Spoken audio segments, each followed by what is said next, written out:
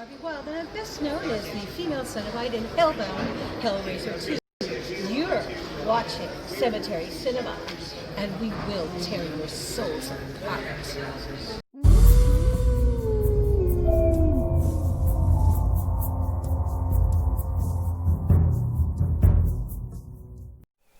All right, and we are live. Where's our audience? You won't see them. Oh, okay. I don't know nothing. You should have heard him. When I first seen you on TV, I says, oh, I know him. I went to school with him. He wouldn't believe me. He wouldn't believe me. No way. Then, then finally he realized it. Yeah, I do apologize for not believing you at all. I actually had to find your agent and give him a call. And I was like, yeah, here's my name and phone number, and, you know, my dad says he knew you, and it's like, I don't believe him. And it's like, yeah, I'll pass the message along to him. Yeah, this was like, and then, like, 4 hours later, you sent me this huge email, and you said, I remember your dad, Mike, and his brother Vince, and their father Vince. I'm like, holy shit! That's right. Yeah, that was a while ago. That was quite a while ago. So. Yeah, I just remembered having been through Facebook. I forgot that you went through like the proper channel. Yeah. Yeah, I did everything the official way.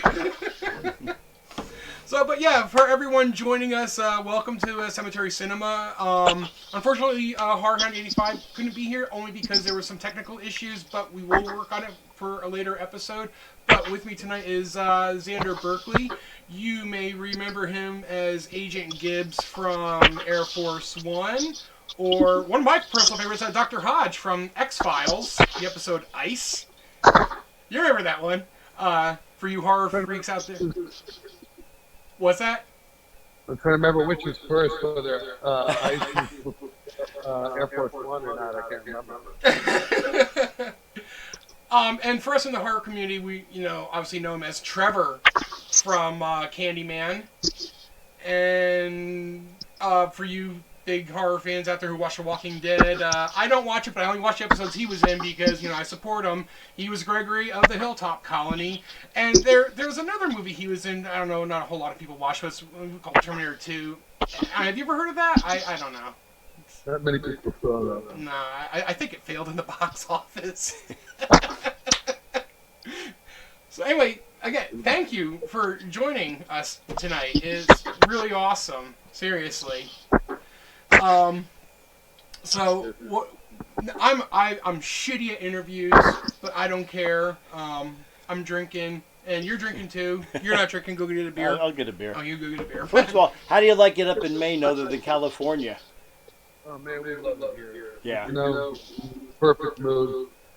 I had a great meeting today with the financier who's involved with the film production company. And he's like really excited about what we're doing up here with developing the properties for film production up here. Oh, really? And I kind of can't believe what happened in this meeting. We were thinking, like, we're going to develop these properties and maybe we'll be doing these high-end farm weddings to help bring in money to finance the independent films that we want to do. But this guy's going like, no. He saw little film reels that we've made of properties. He's like, no, you don't want to waste your time with those farm weddings. What do you need? You want us to? We want to be in business with you, and so it's all happening. Our little dream, our little main dream, is coming true. Nice. I don't have to go away from my kids anymore. Sometimes I want to. Right. I do, but I'm gonna be home now soon. So Xander, you had posted pictures recently of like that farmhouse. What was going on with that? If you want to tell the audience. I'm getting a beer. Okay. Oh, well, it's I grew up on the East Coast. Right down the street, Main Street, USA. Mendham. And I went to school, college in Massachusetts, went to New York City, and I was very much an East Coast guy, and I had an agent whisk me out after I did a play at New York at that point, and whisked me out to LA, and that's where all the action was in terms of film and television for the most part out there.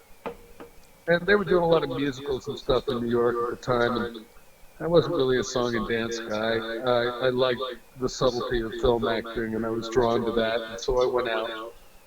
And I kind of never looked back. It was like 3 degrees one day in New York when I left, and it was 73 degrees when I landed in LA. I was like, well, you know, a fella could get used to this. Yeah.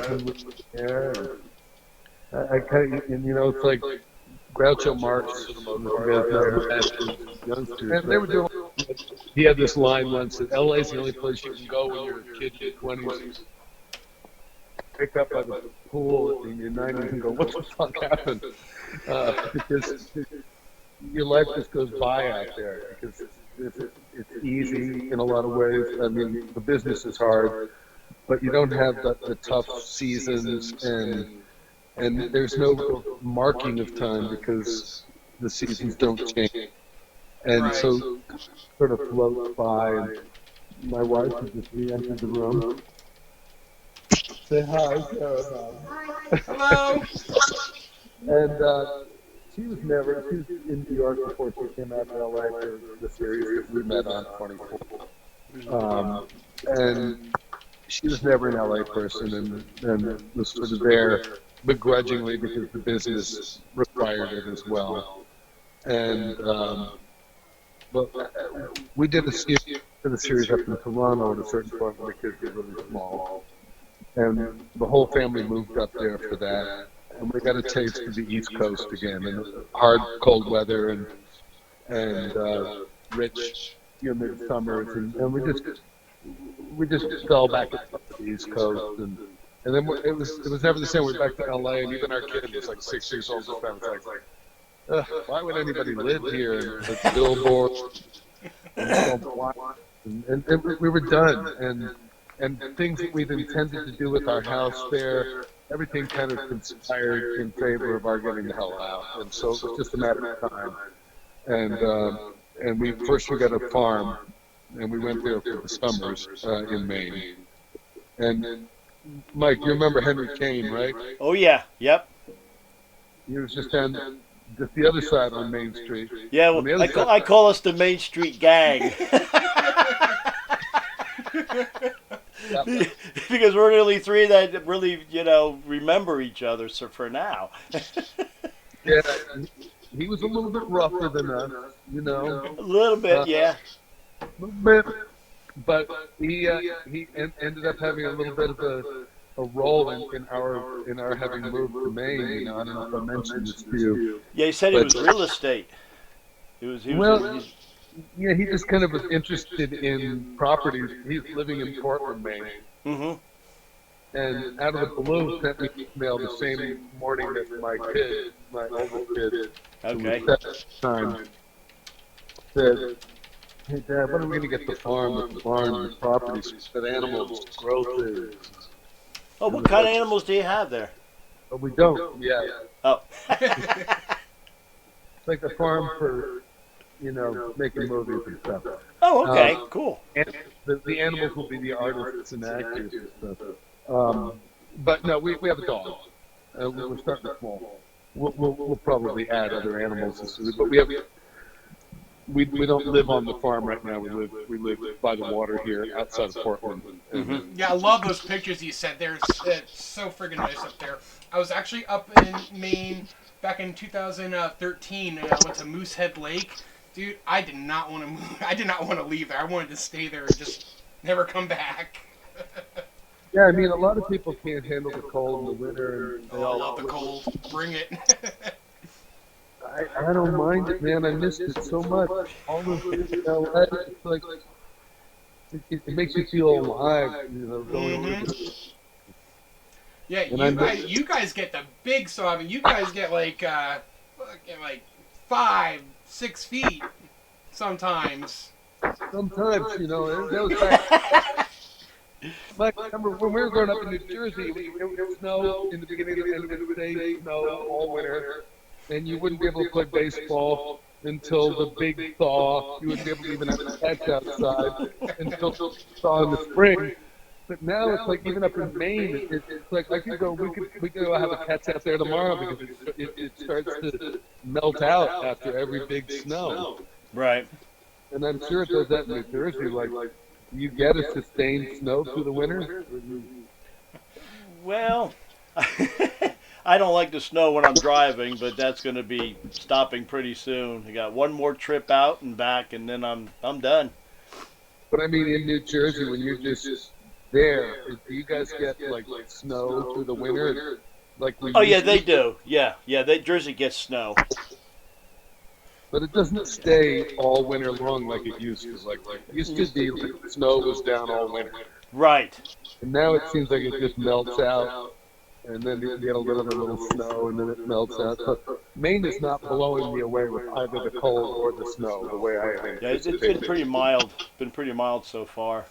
So Xander, someone has a question in chat for you. They said, "Did you ever meet Arnold? If so, how was he?" Yeah, we'll get back onto the show business because that's what you guys are hanging out. Yeah.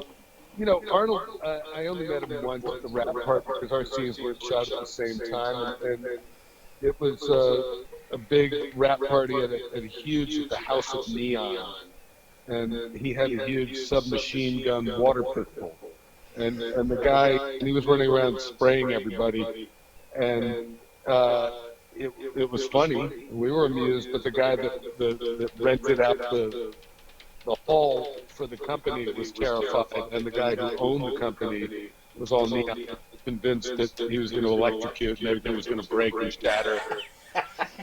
Fortune was going to be, but nobody wanted to stop Arnold. It was Arnold at the time. Yeah. I mean, he's still Arnold, but he was really Arnold then. Yeah. He's just Arnold now. Then he was Arnold. Now he's just Arnold. Dodgy governor, being the governor phase. The governor. Oh man.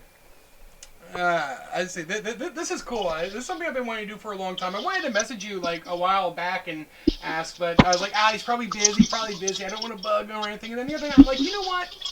Yeah, now it's talking about the weather. Yeah.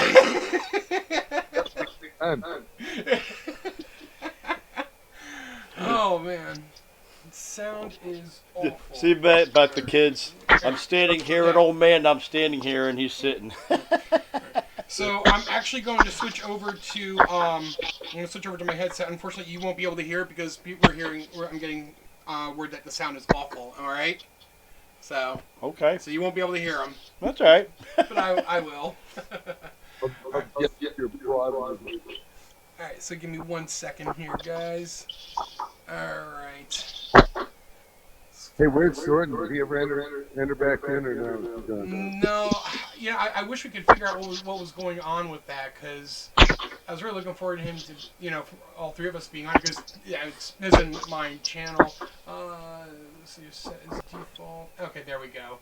And disable. Okay, can you hear me? Hello? No. Oh, there we go. Okay, cool. All right. Hopefully the sound is better now. Well, if you can hear him, you can ask me whatever the question he asks you. Oh, let's see here. He's not in yet. Hopefully the sound will improve, because usually when we go live, I always go through the headset. So, but yeah, this is very cool. I'm actually at a blank right now. I think we're gonna have a drink. So, cheers, man. We're going to the hard stuff. Cheers. Cool night. Yeah, I just got just Yingling. That's all I got right now. They make such great beers. Did you get that little clip I sent of the Yes. that makes the beer barrels kind of Yes, cool? I did. That was awesome, dude. Like, seriously. So what were they doing in that video? And then the guy was just sort of showing. I'm not sure which clip. I took a few different clips, but I think it's the one of the guy just sort of showing me around, basically showing us around the the different stages that they make the slats that go into making the barrels. Oh, nice. I wonder how much they charge for those, because seriously, we have 2 barrels in our winery, but we're always looking for more barrels. So yeah, I know they're kind of pricey because they're so handmade, and there's only this one type of white oak that they can use.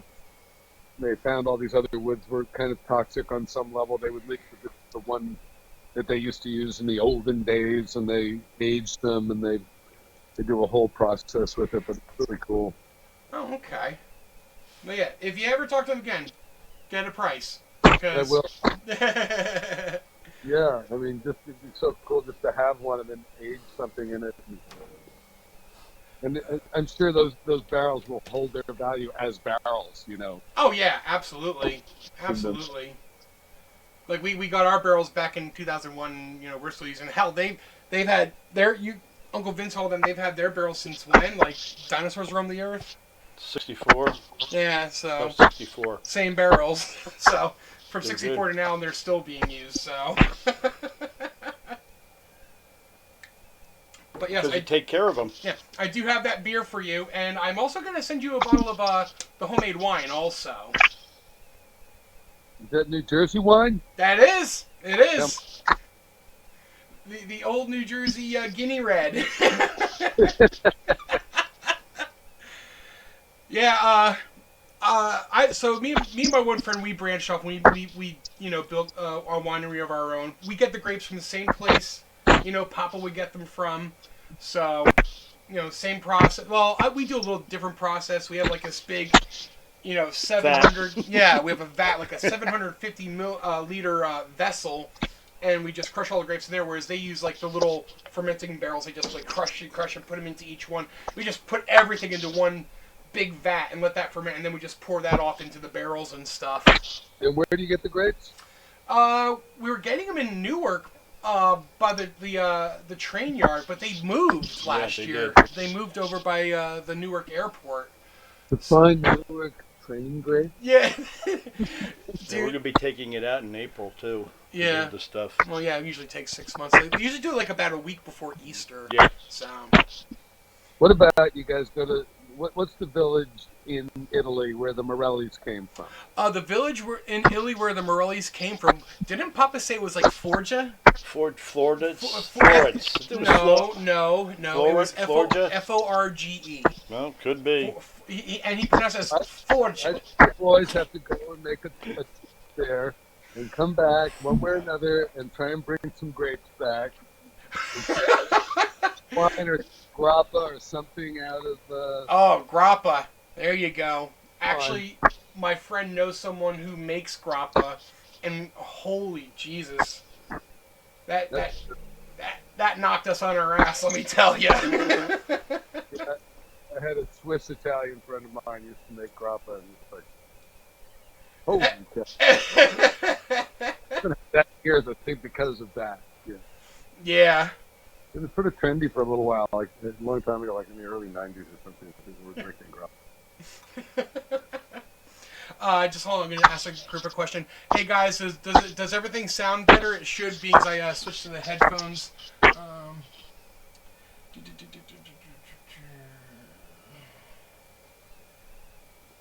Someone asked a question, but I don't quite understand it. Yeah, I don't know. So the question is, how was it portraying the president in Air Force One, but you weren't the president? Yeah, no. Betraying. Maybe they mean betraying. The what? Maybe they mean betraying, not portraying. Oh, yeah, probably. Betraying the president in Air Force One. And what was it like throwing the smoke grenade? The smoke grenade? Yeah. When did I do? I've done that in movies, but not in that one. Did I do it in that one? Honestly, it's been a long damn time since I had seen that movie, and I just saw it recently. I think when I watched it, I was very drunk. What was the question? Huh? What was the question? The question was, what was it like throwing the smoke grenade? Oh. Do you know what they're talking about? Yeah. When he was motioning for the Russians it's okay to start taking over the plane, right? Oh, that's right. That's right. It did throw a smoke grenade. All right. I admit it. Was that right? Mm-hmm. Yeah, I think I I can't did. hear him. Somewhere in the beginning when they first all, when the action starts. I don't know. I've done a lot of that kind of stuff. That was easy and not that dangerous. I've done a lot of ridiculously dangerous things over the years. I just did a podcast with somebody who's obsessed with the movie Heat. And I'm the only guy that was in LA Takedown, which was essentially the exact same script, and Michael Mann shot it as a TV pilot before uh, he got. Well, he didn't get the time slot he wanted for it as a TV show, so he pulled it, showed it as a movie in Europe, and maybe as a TV movie in the States. And then a few years later, he shot it again, the same script with De Niro and Pacino, and made the movie Heat. Right. In fact, when I told my friends about that we were going to be doing this, the first thing out of my friend Steven's mouth was heat. He's like, motherfucking heat.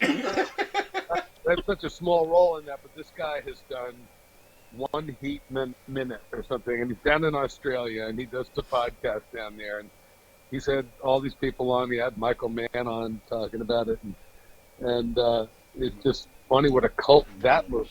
It's so weird. I mean, first movie I ever did, I went out to LA, was Mommy Dearest. Mommy Dearest. Yep, you played the oldest son as an adult. Yeah, that's right. I played the son. Yep. And I was barely a grown up, as was he at the time. But yeah, and that was the first one, and that turned out to be, it was supposed to be a very serious movie. It turned out to be a total cult movie. Oh yeah, big time. And then it sort of set the tone, and a lot of the movies that I did that followed. I think the first one was Volunteers, wasn't it? No, Mommy Dearest was the very first was the role. first, okay. Yeah, Volunteers was right after that. Yeah. Yeah, it's Tom Hanks and Right. John Candy and all them. Kind of amazing. That was a big kick. Tom Tuttle from Tacoma, Washington. Right. We shot that in Mexico. Oh yeah. I left the country. Yeah. And it's like a reunion for those guys. And this when Tom and Rita Wilson first met. And it was a lot of fun down there. But it's sort of when I fell in love with being outside of the country and doing movies on location. I started choosing movies after that a lot for where they shot, more than how it would help my career. I worked with directors that I wanted to work with because I ultimately wanted to direct, and I just kept getting offered acting jobs. I still want to direct. That's what I'm planning on doing now here in Maine. But I just kept trying to work with the best directors I could, and I got so excited by being in foreign countries that I just kept taking movies that shot in foreign countries, and that dictated a lot of the choices I made. What was the coolest country you went to film in it? Well, I mean, coolest, they were sometimes dangerous and freaky, but that was kind of cool to me at the time. You know, Nicaragua when the war was going on, China, Bulgaria, all kinds of crazy places that were, you know, however liberal I may have been growing up, because I had very liberal Democrat parents, I was fascinated to experience firsthand, because we were never communist or anything close to it, but it was very interesting to see and experience how much I loathed being in communist countries, and seeing firsthand just how much that system disincentivized people to work hard and be friendly and be honest, and I experienced that in Nicaragua and China and Bulgaria, and in all three of those places. My mother my parents both sort of thought that I was going to go down a different route in life and be more of a diplomat or an ambassador. So for me, it was like a road not taken to go and work in foreign countries, and certainly working in England and Spain and France. Those countries were always a guilty pleasure, because there was no culture shock for me. I'd grown up around people from all over the world on that farm that I grew up on before we moved to Main Street. Mike, I don't know if you knew about that. Um, I was Yeah, Minden was almost a farm.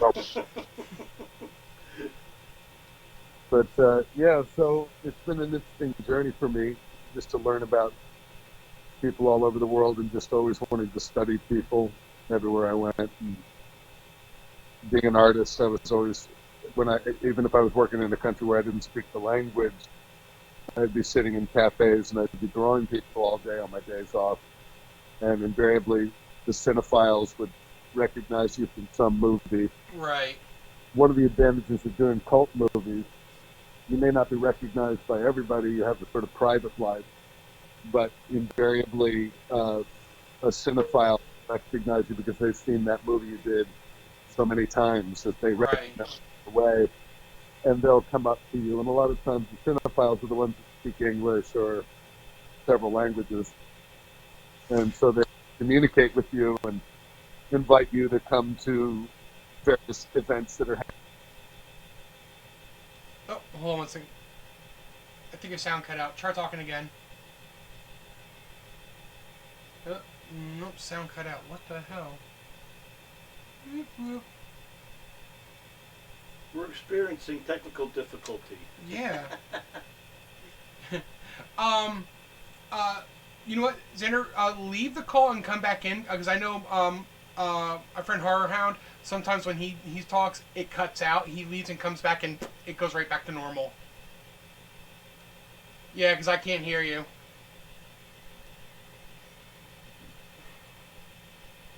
How do you hear with these things? Huh? How do you hear? You can't hear anything at all? Well, it's really hard. Hold on a second. Here's your... Yes. There we go. Okay. There we go. Yep, I can hear you again. Contact has been resumed. Yes. Yeah, so that's it. I was just talking about my little world travel experiences. Wanting to experience different cultures and everything. That's one of the cool things about acting. If you get on a roll when you're getting to work, you can pick and choose a few things. And that's one of the things that attracted me, as well as working with great directors like Spielberg and Ron Howard. Working on Apollo 13 was certainly a great experience for me. And Yeah. Yeah, I enjoyed that too. It was good. you know, So, got someone who Robbie Richards asks, was there ever a role you wish you could have done but didn't get to, and what was it? yeah, there's one movie that probably you guys would never have seen or heard of that I think you might have if I'd gotten to do it, which sounds really arrogant, but that's part of why. The movies that I didn't get that I came close to when they got a different actor, as long as the actor was really good and the movie turned out well, I didn't have any regrets about it. Mm-hmm. You kind of get fatalistic and think, well, that's the way that was supposed to turn out. But there's a great filmmaker, an Italian filmmaker, Bernardo Bertolucci, and he did that great film, The Last Emperor, and right after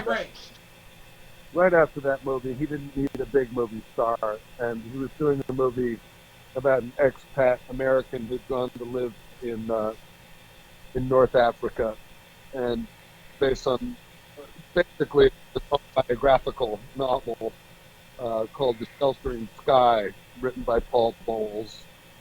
And it was a fantastic novel, and I was very much like the novelist. And Deborah Winger was starring in it with, they only established her, and they were doing a big search for the actor that would play her. And, I mean, I was a dead ringer for this author, and they just gave the book to a handful of actors to come in and talk to Bertolucci at the Chateau Marmont. It's a great opportunity, and he and I just really hit it off for like an hour. And I remember the sun was going down, and we talked about he'd done Last Tango in Paris and all these great movies, and he was talking about working with Brando and the things that they had discovered about filmmaking together, and and about all kinds of things, and about Paul Bowles, and it was a mind meld, and I knew that he wanted to use me for this movie, and at the same time, and he didn't need a big name, but at the same time, studios, all the money that these things cost, that was a big movie. They were going to shoot on location in Morocco and all the rest of it, and I just wasn't quite big enough of a name. I wasn't at all enough of a name. And they went with John Malkovich, who wasn't a big name at the time, but was enough of a name. Right. And he was not right for the part. He didn't look right for the part, and he didn't have he wasn't a blue blood. He wasn't he wasn't an expat American living abroad in the 1940s. And he was commenting on it. He was acting, and he was playing, and the movie just fell flat because of that. And it would have otherwise, had I been in there, you would have just felt, you wouldn't have thought about who the actor was. Right. You would have been in this experience, and it would have been an incredible film. And I know it. Yeah. And I know Bertolucci knows it. You know, there's a lot of movies out there. None are coming to my mind right now, but there's so many movies that that they have casted wrong. And when I watched a movie, it's like that person's just not right for that role. Yeah, he just wasn't right. And he's Chemistry. a great actor when it calls for a Malkovich. And he and I, there's a similar thing. We can do certain edgy characters, but there's something. This was just me. This guy was just me. I wouldn't have had to act. And Bertolucci would have just, and then that was the whole thing that he was talking about with Brando. He was just setting people up. He didn't have a script. He had just the novel. He basically just wanted this person to come to life in his movie. Right. And that's what would have happened. And so for me, it's a regret because that's the creative experience I would have longed to have had at that level at that time. And that's the only one that I think I have any regret about, because everything else, it's like I've had all these other great experiences, and I never longed for fame because I've been around so many famous people, and I've watched people like get up in their grill in the middle of dinner and interfere with their lives and destroy their privacy. And Yeah. I've got enough money to be comfortable and happy. Yeah, you're in that spot where it's like, you know what, it's perfect. Yeah, you don't. It's good to just be normal, and I watch how it destroys people too. Their egos get so caught up in their identity. Yeah. I don't think I could ever handle doing anything like with that. the drugs and everything. The reason why a lot of them do turn to drugs is because it's their escape, because they're going through so much stuff. It's like, the exposure thing is like, you know. Yeah, it's like a weird drug, and then they have to sustain it that high. Right. Yeah, it's definitely it's definitely a difficult road to travel. So. Yeah, some people handle it so beautifully. Like, I remember working with Jeff Bridges on the Fabulous Baker Boys, and I've been around a lot of famous people, and I just thought, wow, this guy's a classy motherfucker. He's just got it in his bones. Like, just be cool. Yeah. And some people just have that, like. For the people that are, I don't know who's out there watching, but the people that watch The Walking Dead, Andrew Lincoln is just another guy. I've worked with so many people over the years, and he was the star of that show. People that don't watch the show probably don't know who he is, but the people that watch the show are obsessed with him, and it's a huge show. And it never went to his head, and he never treated anybody. He was never an asshole. He was just always, and so many of them turn into assholes. It's just unbelievable. It's like, we're just talking about a handful of people, but I did that show, The Mentalist, and I played the big bad guy, Red John. Oh, is that the movie that just came out recently? No, it was like a TV show. It was like a big #1 show on CBS for years. Oh no, I'm sorry. I'm thinking because you had that one movie that you just The Maestro. The Maestro. That's a little arty independent movie. Which, Mike, you got to watch that one because I play an Italian. No, that should be good. Yeah, I'll have to get that so we can watch it. We'll definitely watch it together. See how I do. So now I have a question. You know when people come, like, when people are like, oh my god, are you in, or, they get so excited. Have you ever been giddy, like, oh my god, you are, when you got to work with someone? Yeah, a few times. Like, I sat on a plane next to a few like amazing people because as actors, they have to fly you first class. Right. In the deal, and so you end up in first class with all kinds of kind of amazing people over the years, and even fancy people are up there in first class. I'm always just a hobo, and I'm like,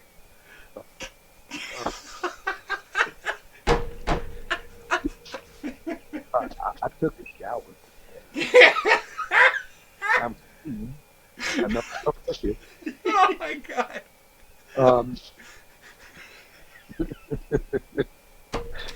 Yeah. I'm not dressed proper and all, but I've got things. But yeah, you end up sitting next to some crazy people. I remember like a couple times in a row, like sitting next to B.B. King on one flight on the way there, and sitting next to Eric Clapton on the way back, and like going, "Fuck, man, I'm in like this guitar heaven all of a sudden." Like, Yeah. next to Guitar Wizards. What's that about? Yeah. And just having nice little chats with both of them, and then one time, right when my nephew, was probably about your age, was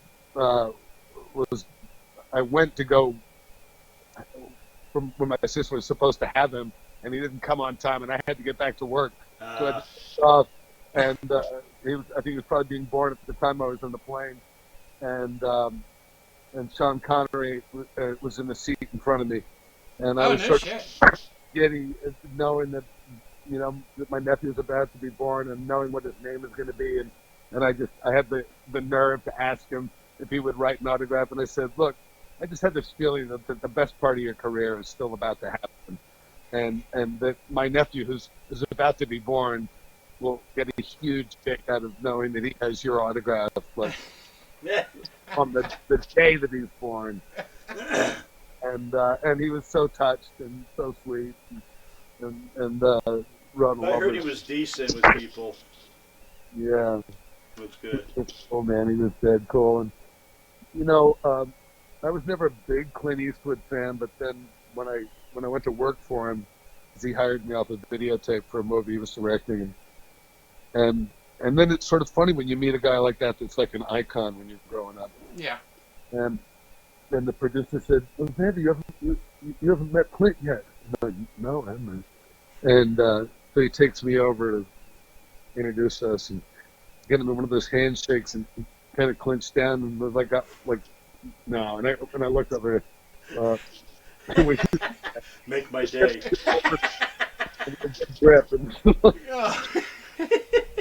But now it's so funny because he's so straight and such like just a straight all-American dude. And those guys can never say Xander for some reason. They always end up calling me Sander. Sander? Colonel? Colonel Sander? I told me Xander, he's Austrian. Can do it. It's all American dude. Oh my god. What's up with them? I know my dad always used to call you Alex.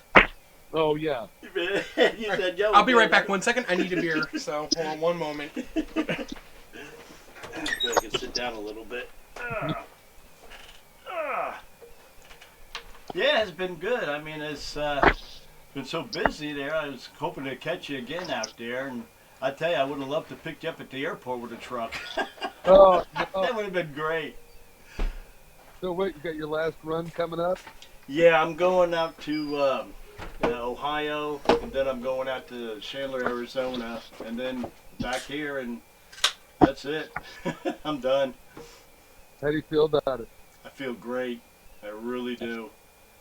And it's a little early, but, I got a lot of things to do. I got a 300-page honey-do list. Yeah. 200 of them were mine. Yeah. But yeah, Well, you're the same age as me. You're 64 I'm 65. Yeah, I'll be 65 in March. in March. Okay. Yeah, you're a little bit older. Half a year older. Um, because I turned 64 in December, and I'm gonna pull on an early retirement just so I can get paid not to work. I'm looking forward to that. Right, I hear that.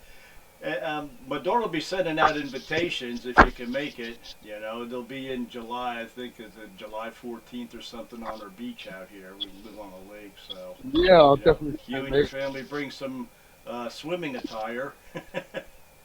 Yeah, and that's what part of Jersey are you in? Is that That's Marshall's Creek. We're in the Poconos. oh, you're in the Poconos. Yep. Yeah, yeah. 80 I-84 to 402. We live on 402. Yeah, we're right in the heart of the Poconos. Gosh, I don't know that I've ever been. I guess I've been to the Poconos. It's been a million years. I-84 to the 402. I don't know the 402. I know the I-84. Yeah, that runs right off of 84. And we're 15 miles down on the right. Oh, Yeah, you're only about 6 hours away from here. not that far even. You know, it's like 4 hours to my sister's in Connecticut. And she's How's like, she doing? she's great. Good. Yeah, her kids are doing great, and then you get down and see her because it's just not a big deal. You know, 4 hours in the car is not a big deal. Yeah, look at this. He's in 10 hours a day. 11 hours a day, Yeah. 720 miles Oh my sometimes. God. But it's different when you're driving and getting paid than you are driving and spending the money, Yeah. you know? Yeah, it's true. But still, you also know it's not a big deal. It's at the end of the day. Yeah. Well, I'm going to turn this back over to Mike's, and I'm still hanging around here. All right. So here's Michael again. You can take that. Watch out for that wire. Yeah. Thank you. All right, there we go.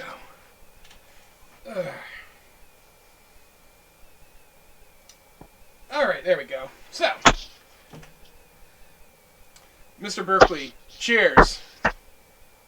Here, you got a refill. I'm getting down. Oh, yeah, it looks like you're running low. Penny is about true.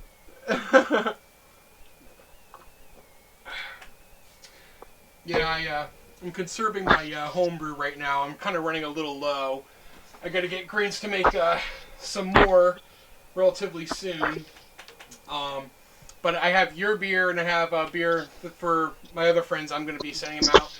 I'm actually looking to be doing it tomorrow. So Pops here gave me your address, so I'll shoot that over your way. I'm sending him the Winter Troll. Oh, okay. Yeah. So what do you guys? I noticed that you got a couple. Like you got a creepy little friend in the background behind your dad. Yeah, that's my Jason mannequin from Part 6.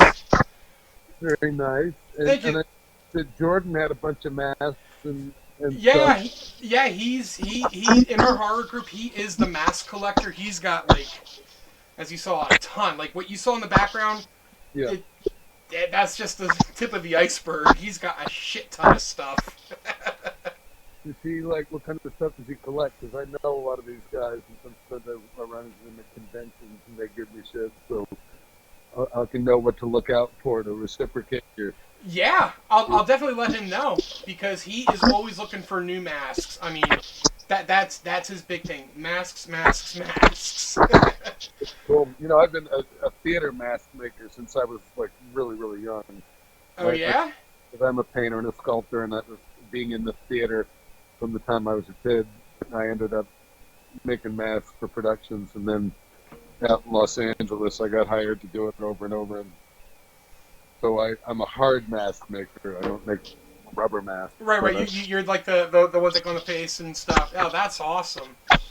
Yeah, you know, I saw some of your paintings and they're pretty cool. It's like I kind of want one. I'd like to put one up next to my Barker painting.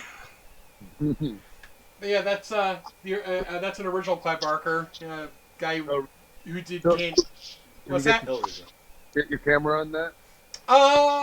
Yeah, this one, right? You can see from this one. Yeah. Actually, you know what? I'll text you the picture. Yeah, I'll text. picture of it. Yeah, I'll text that to you.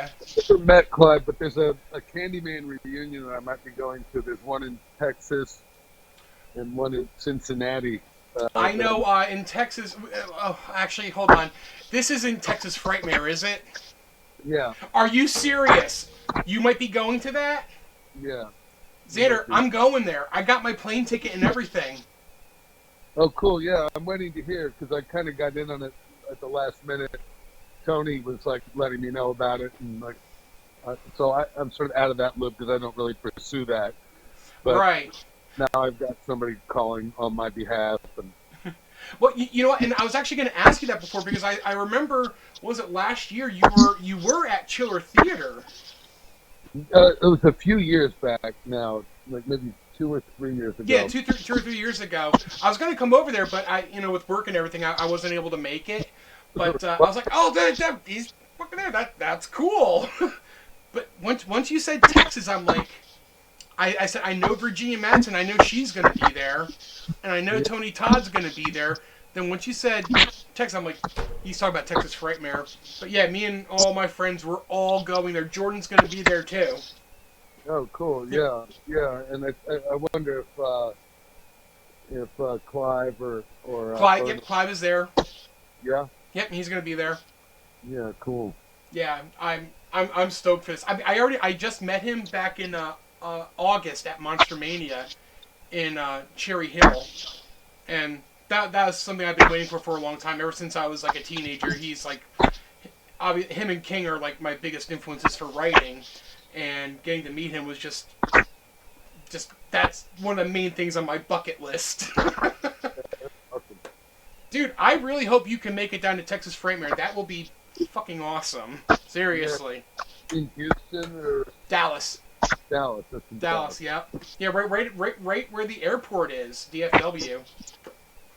Well, cool. I'll give the woman who's running it a call.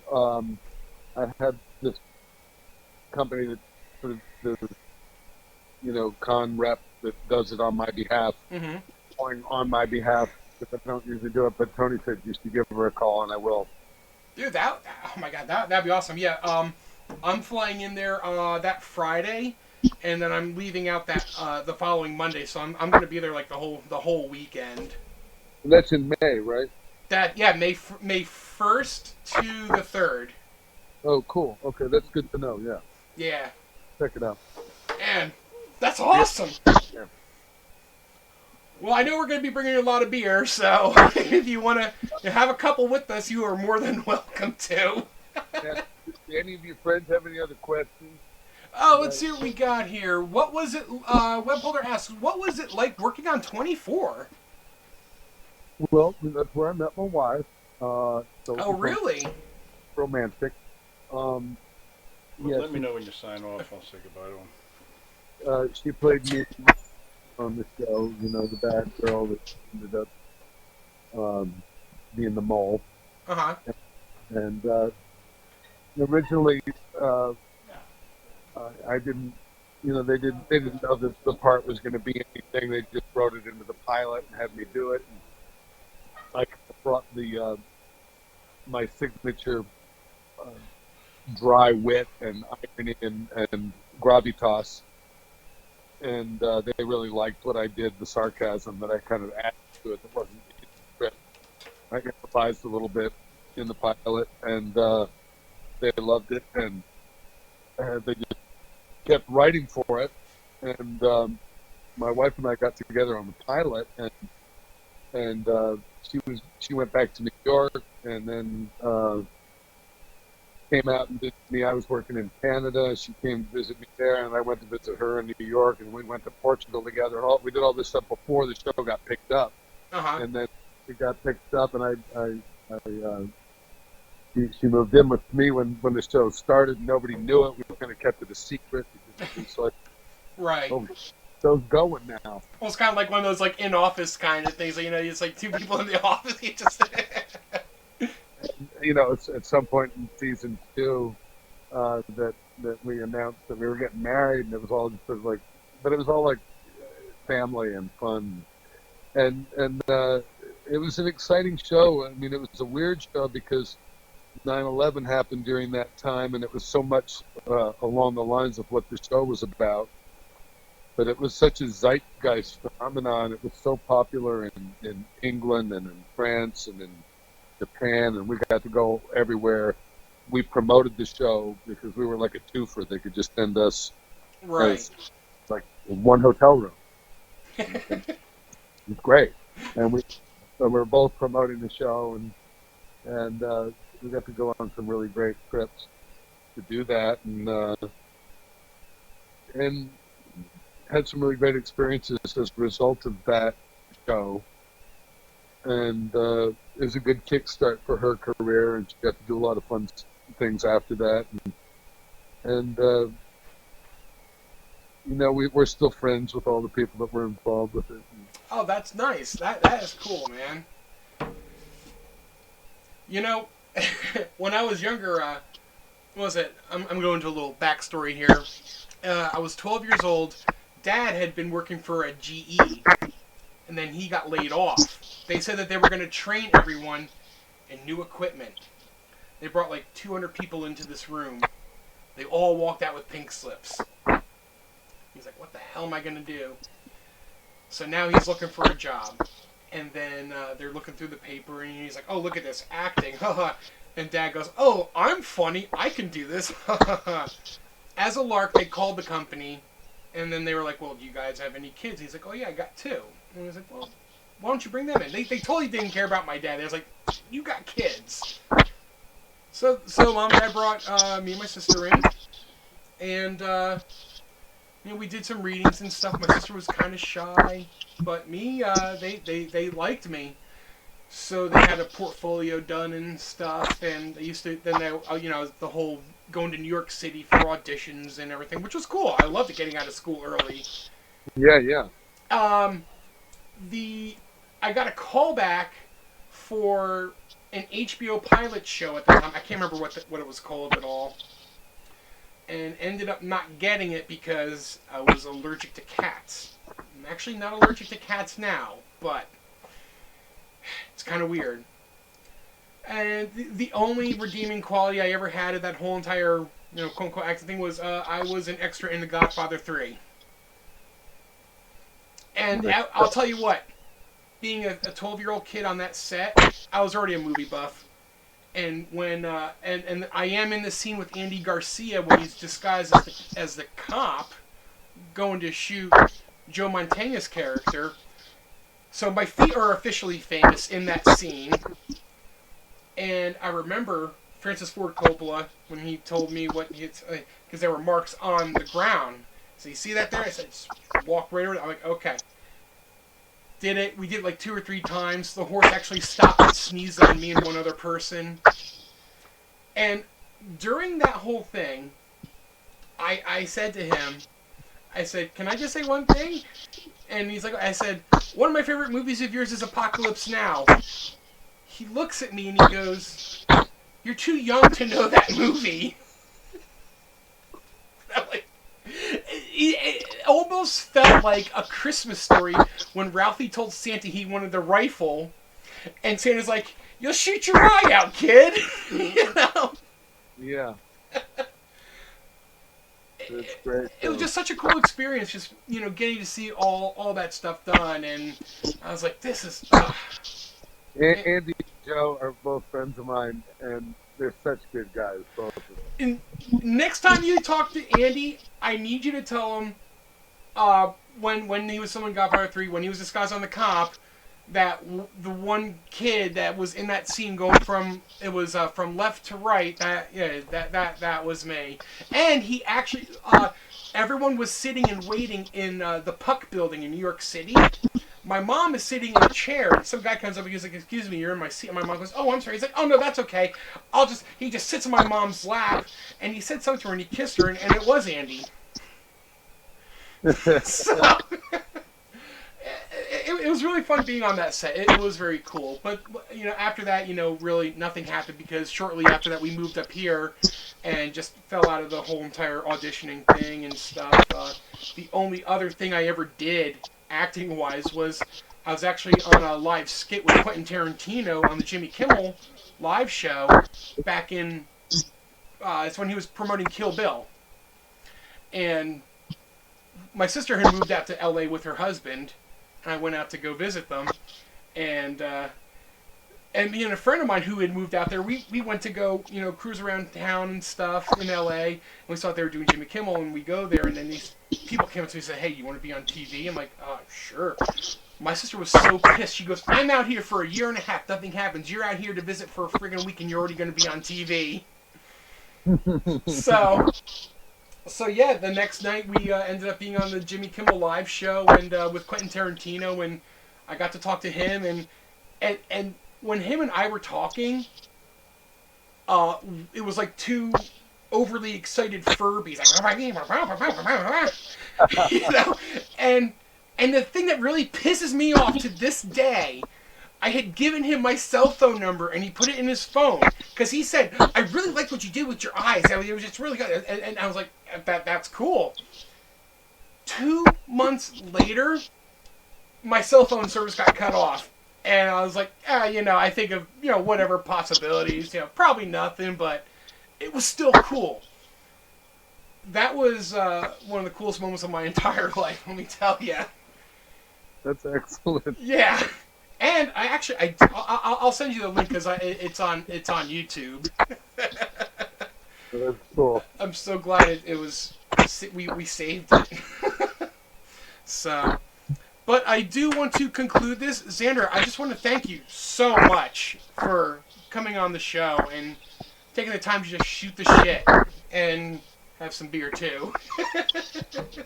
Betcha. So yeah, if you ever want to do it again, that'd be cool. So, the invitation is open.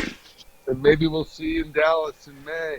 Yes. I got your contact information anyway. So but yeah, I hope you can go. That would be friggin' cool as hell. So, Meet you, man. And, yes. And say goodbye to your dad, or have him come back out before I go. Say goodbye. Yep, will do, man. And we'll do it again sometime. Hell yeah. Take care, Xander. Hey, bye-bye. Bye. Guys, that will conclude our episode for tonight. I just want to say I am so sad that... hold on a second. I am so sad that there were technical issues.